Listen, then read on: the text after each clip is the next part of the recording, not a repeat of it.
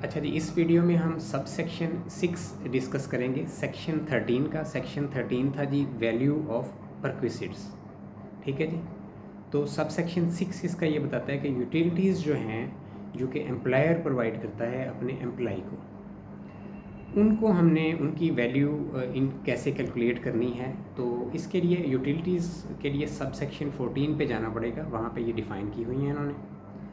तो sub section 14 की clause C जो है ये बता रही है कि utilities includes electricity, gas, water and telephone. ठीक है जी, electricity, gas, water and telephone.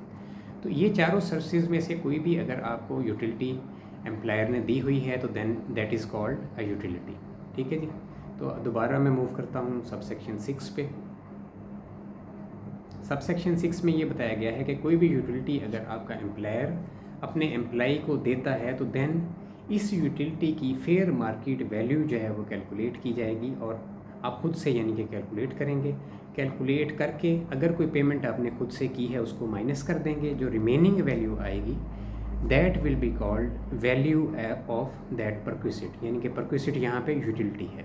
ठीक है जी। यानी कि जो वैल्यू बेसिकली जो आपको यूटिलिटी दी गई थी उसकी फेयर मार्केट वैल्यू आपने जो पेमेंट की है यानी एम्प्लाई ने जो पेमेंट की है उसको निकालने के बाद बाकी जो अमाउंट बची वो बेसिकली उस यूटिलिटी की फेयर मार्केट वैल्यू है, जो कि हम किस हेड के अंदर लेके जाएंगे, इनकम फ्रॉम सैलरी के हेड के अंदर, वैल्यू ऑफ परक्विसिट के अंदर। अब ये जो अमाउंट हमने निकाली है ये वहाँ पे ऐड होगी जाके। ठीक है।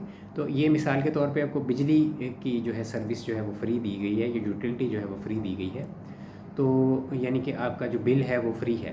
तो अब जितना आपका बिल बनता है महाना वो आप देखेंगे कि उस पर कितना आपको, यानी कि अगर फुल बिल आपका वेव ऑफ कर दिया जाता है तो आप देखेंगे कि बिल की अगर आपको 500 यूनिट फ्री थे मिसाल के तौर पे, तो आप देखेंगे कि 500 यूनिट के अंदर आपने कंज्यूम किए हैं 300 यूनिट। 300 यूनिट का बिल कितना बनता था?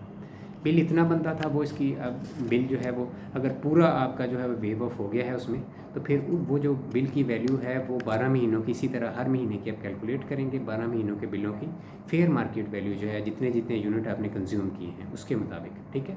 वो नहीं जो आपको फैसिलिटी दी गई है 500 यूनिट की, माफ़ी की, बल्कि वो जो आपने कंज्यूम किए हैं वो कंज्यूम्ड यूनिट जो हैं उनकी फेयर मार्केट वैल्यू, यानी कि उस बिल की आप देखेंगे कि कितनी कितनी बनती थी 12 महीनों का बिल टैक्स ईयर के अंदर, वो जो वैल्यू है that will be included in value of perquisites. ठीक है। यानी कि वो वहाँ पे चली जाएगी बैक एंड पे इनकम फ्रॉम सैलरी के हेड के अंदर। तो ये तरीकाकार था टोटल।